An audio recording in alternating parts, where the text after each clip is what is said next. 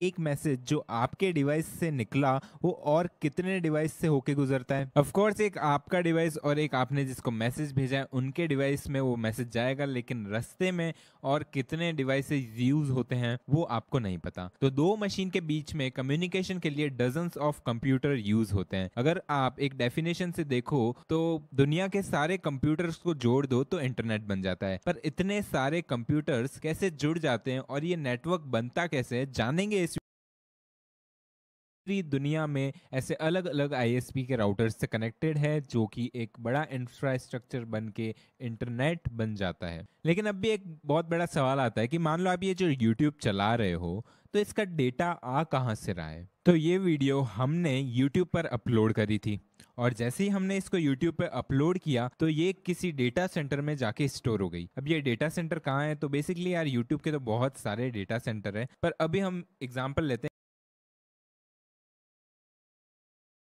है वो कनेक्टेड होगा किसी ना किसी आईएसपी के साथ में। ठीक है, तो जब भी आप YouTube के उस सर्वर को कॉल करोगे तो जैसे ही आप अपने ब्राउजर में ये यूआरएल लिखोगे तो आपका ब्राउजर डीएनएस में ढूंढेगा कि ये जो यूआरएल है उसका आईपी एड्रेस क्या है। और डीएनएस यार एक फोन बुक की तरह होती है जिसके अंदर आपको सारे यूआरएल के आईपी एड्रेसेस मिल रहे होंगे। अब जैसे एक बार ये आईपी एड्रेस आ गया तो आपका ब्राउजर उस वेब सर्वर तक एक कनेक्शन बनाएगा और जैसे ही उस सर्वर से कुछ रिस्पॉन्स आता है तो मतलब हम कनेक्टेड है। और एक बार जैसे ही आपका ये कनेक्शन बन जाता है फिर YouTube पे आप कोई भी वीडियो सर्फ कर सकते हो। लेकिन जब भी हम किसी वेबसाइट से कुछ रिक्वेस्ट करते हैं तो उसके लिए एक सेट ऑफ रूल को इसको फॉलो करना पड़ता है। तो TCP IP हमारा एक प्रोटोकॉल है जो कि यहाँ पे फॉलो हो रहा होता है जब भी हम कुछ रिक्वेस्ट करते हैं किसी वेबसाइट पे। और अगर आपको TCP IP और HTTP प्रोटोकॉल के बारे में नहीं पता तो अलग से मैं उसके ऊपर वीडियो आपको बना दूंगा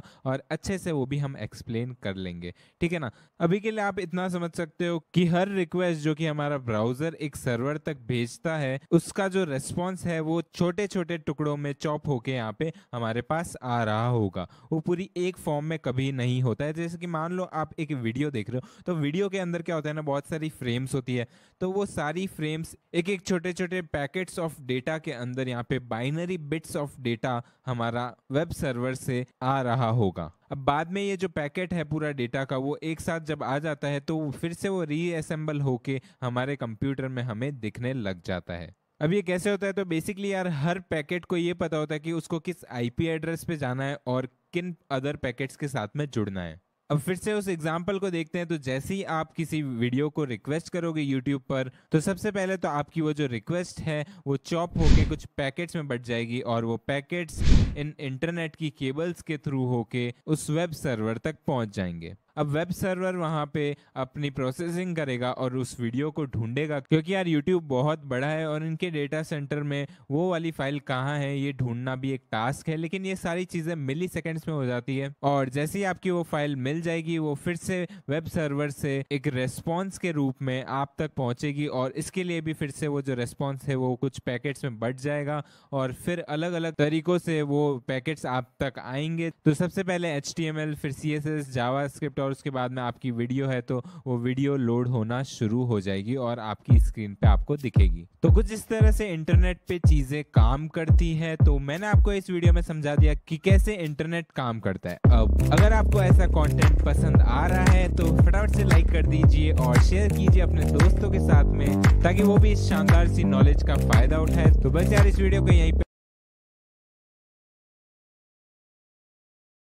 यूट्यूब और इंस्टा के यार ये जो इतनी सारी सर्विसेज हैं हमारी वो सब बंद हो जाएगी। और अभी तो यार पेंडेमिक चल रहा है तो ऐसे में यार हमारी जितनी भी क्लासेस है वो भी ऑनलाइन है तो हमारी इंटरनेट पे डिपेंडेंसी बहुत ही ज्यादा बढ़ चुकी है। बट क्या आपको पता है कि इंटरनेट कैसे काम करता है? तो चलिए जानते हैं। तो इंटरनेट का मतलब है interconnected networks of computer around the world. आसान शब्दों में बोले तो बहुत सारे कंप्यूटर जो कि एक दूसरे से जुड़े हैं पूरी दुनिया भर में। और अब ये कंप्यूटर्स का नेटवर्क बनता कैसे है? तो दो कंप्यूटर्स को आपस में एक दूसरे से कम्युनिकेट करने के लिए हमें उन्हें लिंक करना होता है। अब इन कंप्यूटर्स को या हम वायर की मदद से जोड़ सकते हैं या फिर आप वायरलेसली जोड़ सकते हो, दो ही तरीके हो सकते हैं। लेकिन इतने सारे कंप्यूटर्स को अगर हम वायर्स की मदद से जोड़ेंगे तो वो चीज बहुत ही कॉम्प्लिकेटेड हो जाएगी। जाएगी। मान लो हमें 10 कंप्यूटर्स कनेक्ट करने हैं तो हमें 45 केबल्स चाहिएगी, 9 केबल पर computer, which is a lot यार। तो इस कम्प्लेक्सिटी को दूर करने के लिए हम यूज करते हैं राउटर्स का। और राउटर इज लाइक छोटू सा कंप्यूटर जिसका सिर्फ एक काम है, जैसे कि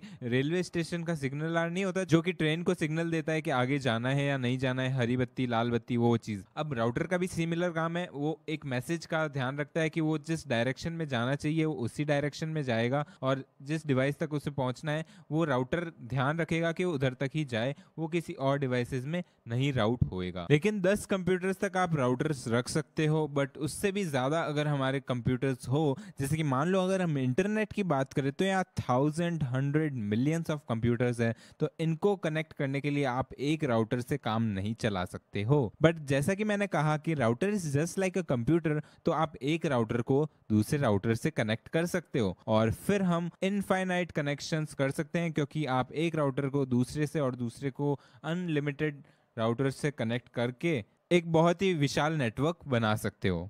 और ये नेटवर्क काफ़ी क्लोज है हमारे इंटरनेट से। बट यहाँ भी हम एक चीज़ मिस कर रहे हैं कि ये राउटर हमारा है तो ये नेटवर्क भी सिर्फ हम तक ही सीमित रहेगा। अगर इस नेटवर्क को अगर हमको दूसरों तक पहुंचाना है तो हमें एक बहुत अच्छा केबल्स का इंफ्रास्ट्रक्चर चाहिए, जैसे हमारे इलेक्ट्रिसिटी या टेलीफोन्स के लिए है। पर खास बात यह है कि हम ये जो टेलीफोन की लाइंस है उनको यूज करके इंटरनेट पहुंचा सकते हैं, और उसके लिए हमें एक मॉडेम का यूज करना होता है जो कि एक टेलीफोन के एनालॉग सिग्नल को डिजिटल सिग्नल में कन्वर्ट करता है। पर क्या सिर्फ फोन लाइन को कंप्यूटर में लगाने से इंटरनेट चल जाता है? तो जवाब है नहीं। हमें इंटरनेट से जुड़ने के लिए आईएसपी की मदद लेनी होती है। आईएसपी का मतलब है इंटरनेट सर्विस प्रोवाइडर, और